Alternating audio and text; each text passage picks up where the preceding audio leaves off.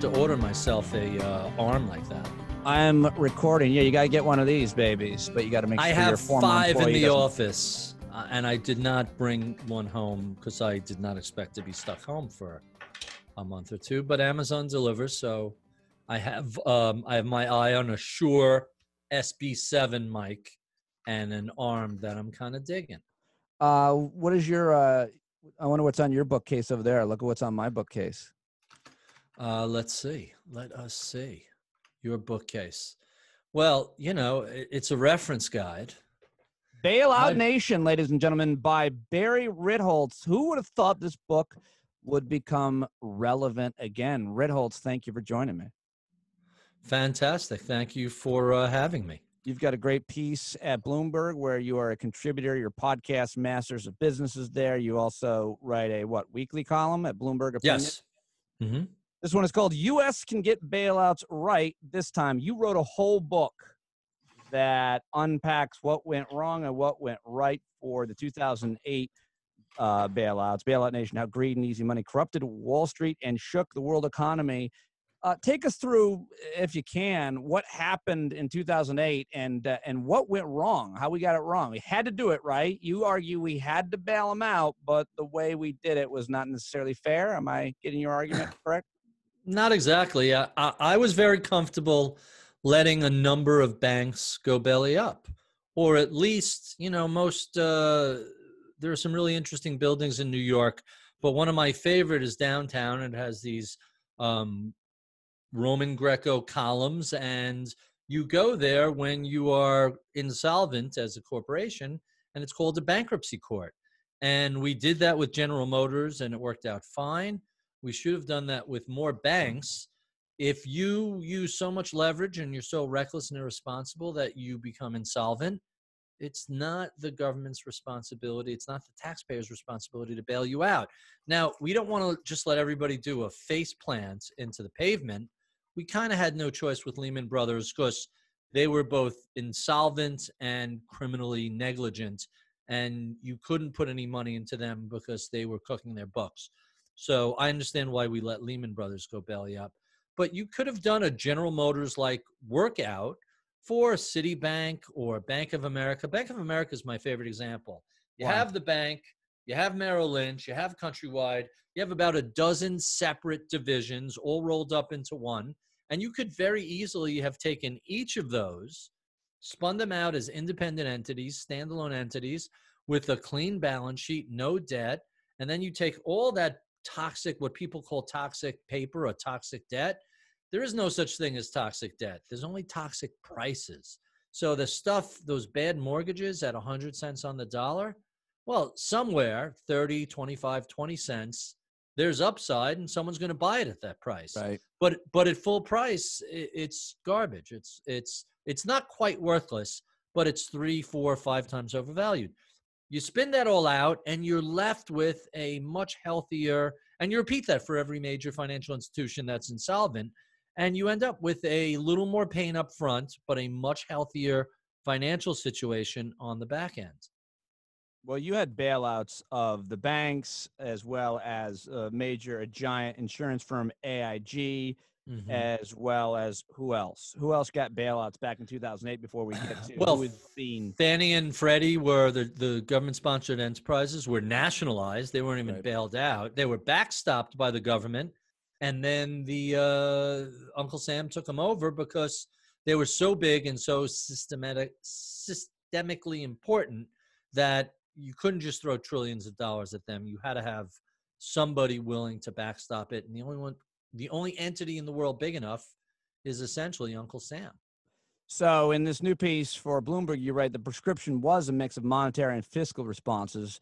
Though monetary stimulus did most of the heavy lifting, the worst economic effects eventually subsided and the economy more or less recovered. But you know, those remedies, you say, brought with them a heavy dose of unintended consequences. And the problem I see right now, or during any crisis like this, is that these bailouts are negotiated and rammed through without a lot of thought and with way too many favors. And you could argue a lot of corruption. That's certainly arguably what happened back in 2008 and what we see happening now. No?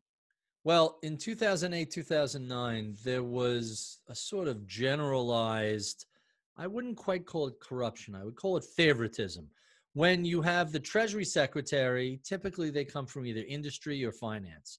When they come from finance, what a coincidence, the banks get bailed out and industrial companies like General Motors and Chrysler, they go to reorganization. If that Treasury Secretary would have been from the industrial side, we would have seen the flip. We would have seen bailouts for industrials and banks getting put through um, bankruptcy. So reorganization. So it's not 0809 was really more favoritism, Wall Street favoritism, and not just outright corruption. The original proposal that was going through the Senate before it was stopped 2 days ago was just give us $500 billion.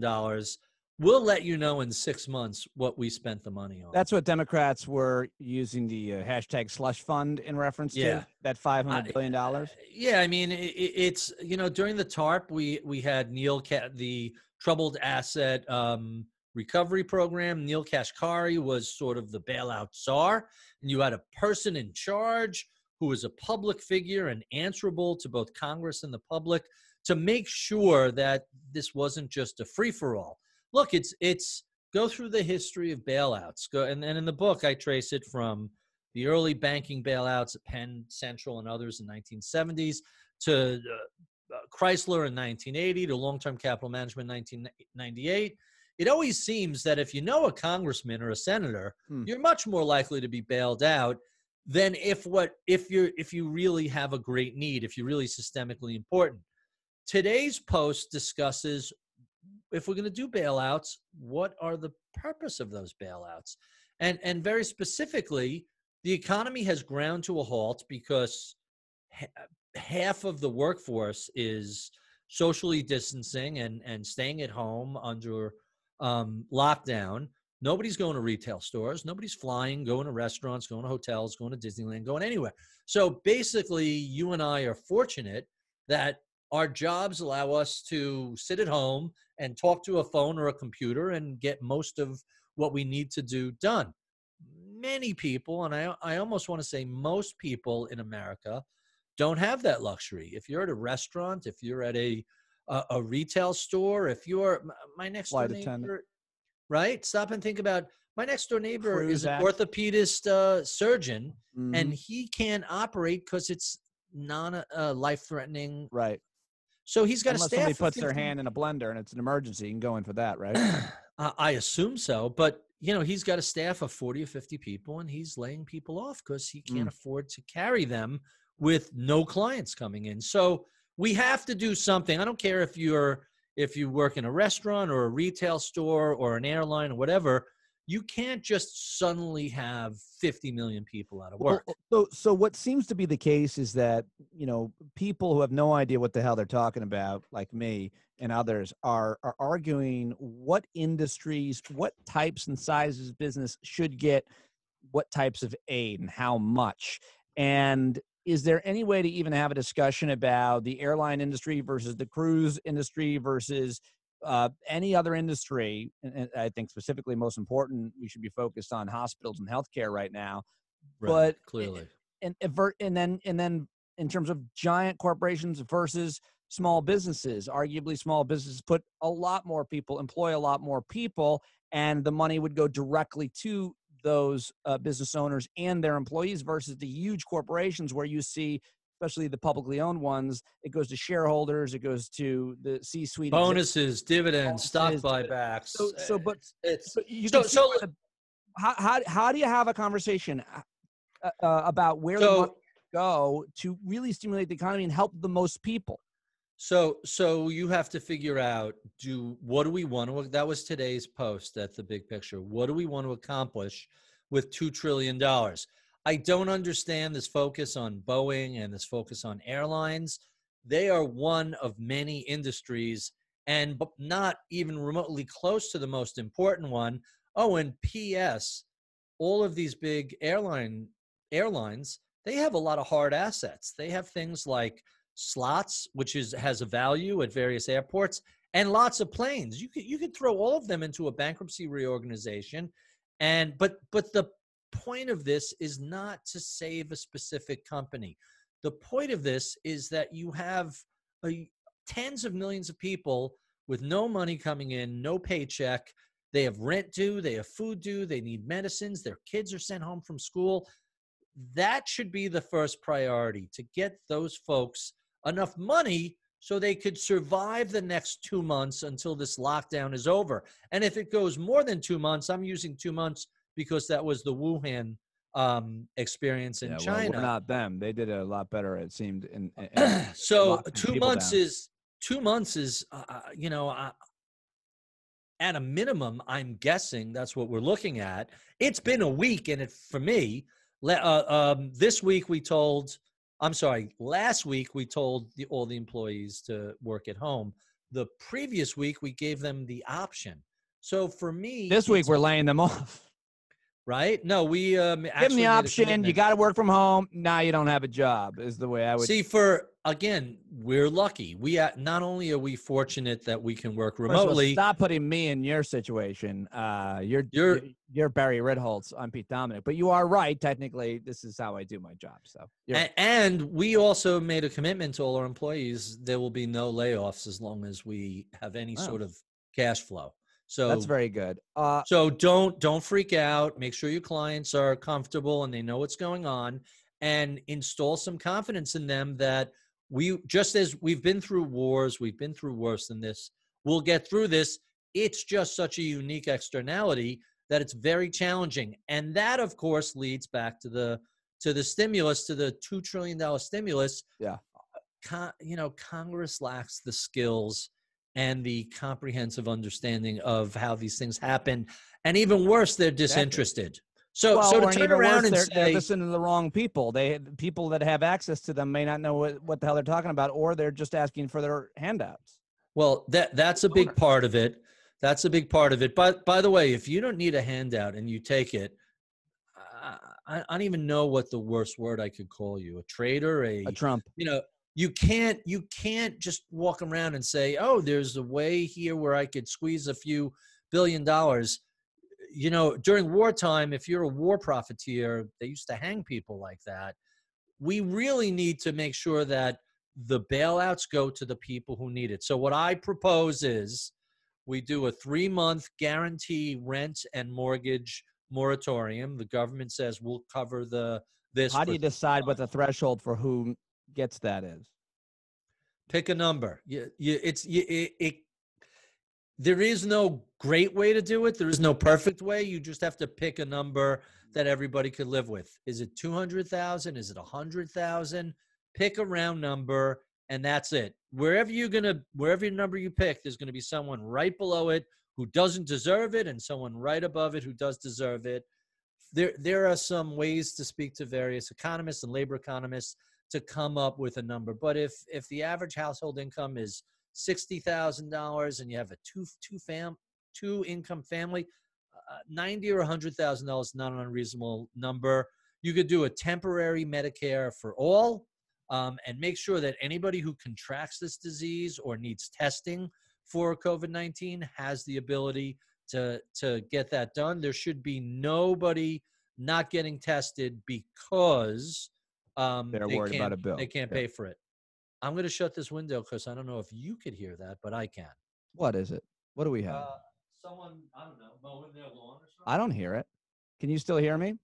Yeah, I can hear you. So what is the next one? You said the rent and mortgage. Right. The Medicare for all. Yeah. And then a guaranteed, a minimum monthly income for 2 or 3 months of pick a number, $1,500, $2,000 a month.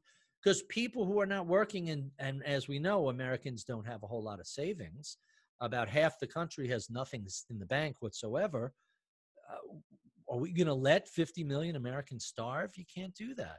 It's not that these people don't want to work. They are been mandated to stay at home. Right. What about, is there anything else that you wanted to mention in this column or in this plan? Because I wanted to ask you about, you were shitting on this USA Today column. And Sure, let's talk about that. What about that? all right, Vernon Smith writing, coronavirus economy. Reports of an economic crash have been greatly exaggerated. The economy today lives in suspense, not free fall. The pandemic will pass. Supply chains will refill. Securities markets will recover, and growth will continue. And about that piece, you tweeted, please stop this ideological nonsense. What's wrong with it? So keep reading. You know, whenever, and Vernon Smith, Nobel laureate, really smart guy. I don't like to disagree with him. However, we can't downplay the significance of this. We can't underplay the extent of human toll that we're looking at. We are barely 3 or 4 days into a handful of states doing a lockdown. We're not even a week into this. People are not getting paid. Restaurants are laying off tens of there's going to be, when the next set of data comes out later this week and next week, the new initial unemployment claims are going to be 2 or 3 million people. The unemployment rate is going to tick up by the time this is done. If this goes on for a month, and that's optimistic to say we're out in a month, yeah, we're going to have an unemployment rate of 15 to 20%. This goes on for 2 months, that's going to be closer to 30%. We are already in a recession, and most of the labor force is going to run out of money in a matter of days. So what do we want to do about this? I don't want to downplay this. I don't want to underplay this. If anything, I would rather overshoot it and say, all right, we spread too much money around, just like we did with the banks. We spread way too much cash around with all the various Federal Reserve acronyms, the TARP and the TALF and the this and the that. We erred on the side of, hey, this is a clusterfuck if we don't get it fixed. So let's make sure we resolve this as best we can, as soon as we can. So let's err on the side of doing too much rather than too little. That was the approach the Federal Reserve took in 0809.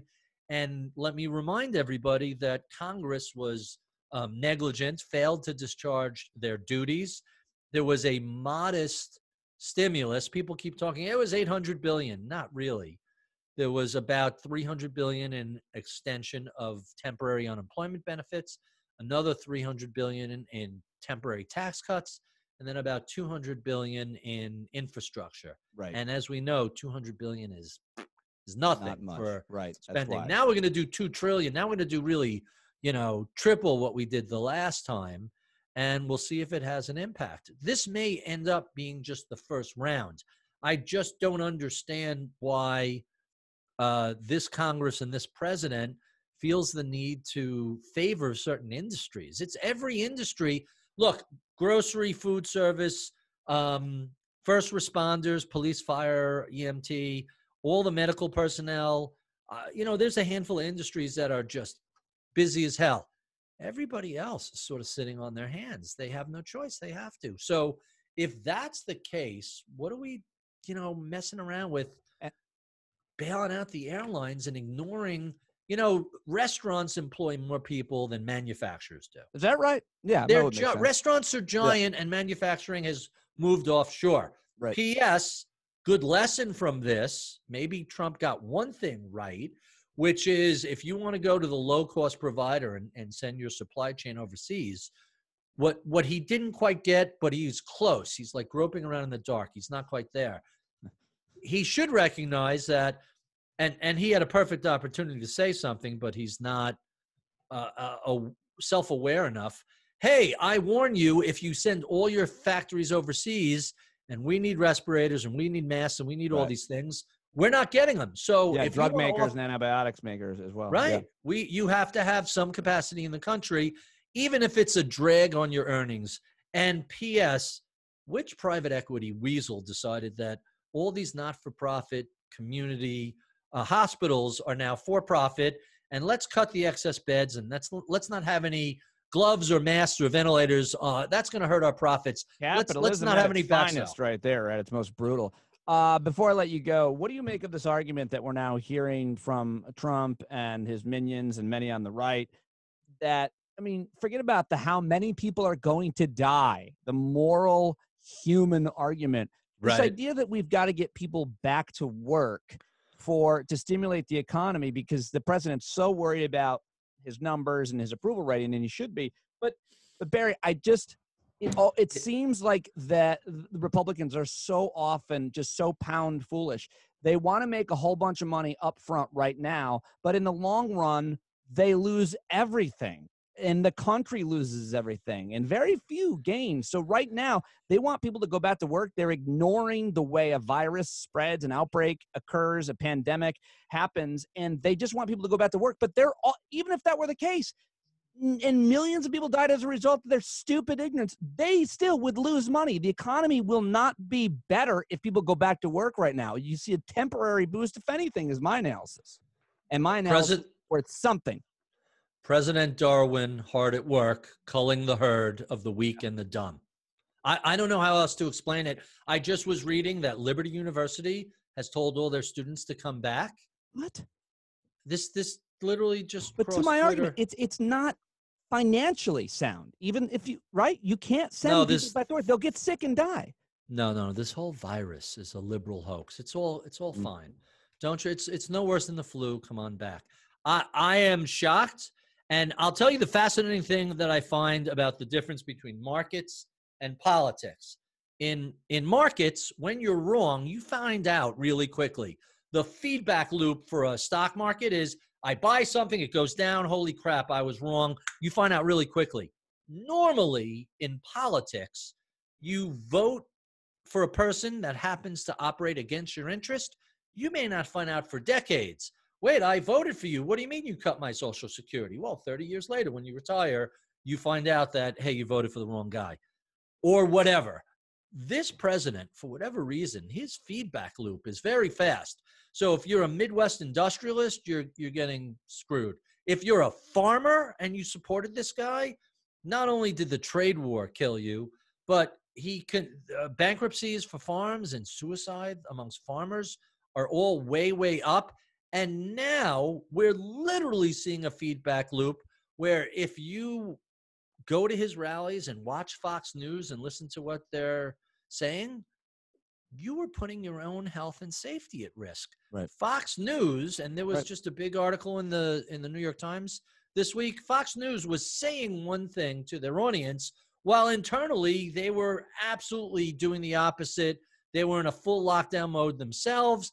Even while they were saying the virus was a hoax, was nothing. The hypocrisy is astonishing, and their audience is very happily brainwashed. And, President Darwin is going to have a big, ugly effect. You would think these people wouldn't want to screw their own viewers and listeners, but they have a party line to follow, and there they go. All right. Barry Ritholtz, at Ritholtz on Twitter. Listen to his podcast, Masters in Business. Subscribe to his daily email where I get all the new reads. The Big Picture is the blog. Ritholtz.com is his wealth management firm. And the book, Bailout Nation, suddenly very relevant again. Everybody. Wow, I got one of those also. Let's hold them up at the same time, right up close to the camera. Thank you very much, sir. Appreciate it as always. Thanks, Pete. Always a pleasure chatting. If you're listening on the podcast, you can watch the video on YouTube, youtube.com/standupwithpete. Thanks, Ritholtz. Is there anything worse than watching two guys just have a conversation from the spare rooms in their house? I mean, the video aspect of this is the worst. Ratings bonanza, my friend. Ratings bonanza. I'm sure. Listen to Stand Up with Pete Dominick anywhere you get your podcasts and subscribe to youtube.com/standupwithpete.